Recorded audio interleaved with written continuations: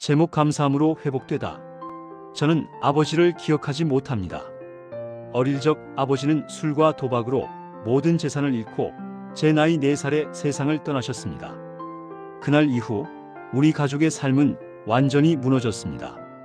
할아버지, 할머니는 양로원으로, 형제들은 뿔뿔이 흩어졌고 어머니는 막노동으로 우리를 먹여 살리려 애쓰셨지만 역부족이었습니다. 어린 시절에 저는 그런 상황 속에서도 공부 하나만큼은 포기하지 않았습니다.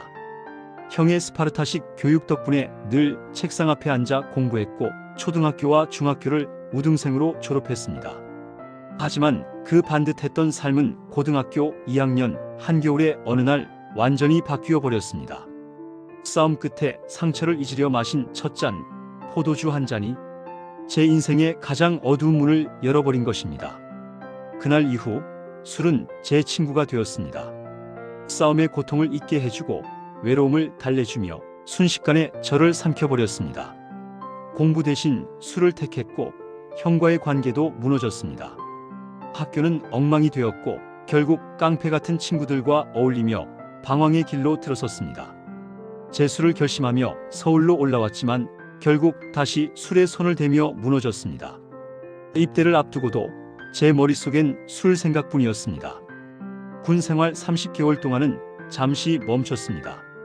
하지만 제대 후 다시 시작된 사회생활 속에서 술은 늘 제 곁을 떠나지 않았습니다. 29살에 어렵게 공무원이 되었을 때 저는 생각했습니다. 이제야 내 인생이 바로 설 수 있겠구나. 하지만 그것은 착각이었습니다. 공무원 회식, 동창회, 체육대회, 술 없는 자리는 없었습니다. 저는 술을 잘 마신다는 이유로 언제나 중심에 있었고 그걸 자랑이라 여겼습니다. 그러던 어느 날 제 나이 41, 연속된 폭음으로 결국 병원 응급실로 실려갔습니다. 13일 동안 아무것도 먹지 못하고 술로만 버틴 끝에 의식을 잃고 말았습니다. 정신을 차렸을 때 저는 대학병원 정신과 병실에 누워 있었습니다. 아내의 눈물 어린 얼굴이 보였습니다. 하지만 저는 왜 나를 가뒀냐며 아내에게 화를 냈습니다. 감사보다는 분노가 먼저였던 저는 그저 현실을 부정하며 다시 술을 찾았습니다. 퇴원 후 3개월도 되지 않아 재발되어 또다시 병원으로. 그런 입퇴원이 끝없이 반복되었습니다. 그때 아내는 마지막 희망으로 저를 알코올 치료 회복 전문 병원으로 데려갔습니다. 관리병동, 개방병동, 재활병동. 처음엔 그 모든 게 낯설고 힘들었습니다. 하지만 상담사님의 말씀, 정직이란 자기 마음을 숨기지 않는 것. 그 한마디가 제 마음을 흔들었습니다. 12단계 프로그램 AA 모임, 필사와 토론. 하루하루가 쉽지 않았지만 그 과정이 제 인생의 전환점이 되었습니다. 진심으로 나를 돌아보는 법을 배웠습니다. 술이 내 인생의 주인이 아니라 감사함이 나의 백신이라는 걸 깨달았습니다.